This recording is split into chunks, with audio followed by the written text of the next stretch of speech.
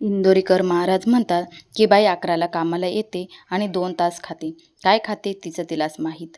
त्यांच्या म्हणण्याचा अर्थ हा आहे की बाई रोजाने कामाला येते तेव्हा बाई आरामशीर काम करते, म्हणजेच इग्नोर करते, काम करत नाही.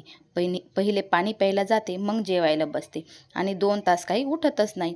परत थोडा वेळ काम केलं की पुन्हा तहान लागते, असं ते म्हणतात. मंडळी, की त्यांचं ती गोष्ट बरोबर आहे, ती काही गोष्ट त्यांची खोटी नाही आहे, अगदी बरोबर आहे. आणि मी माझा अनुभव सांगते.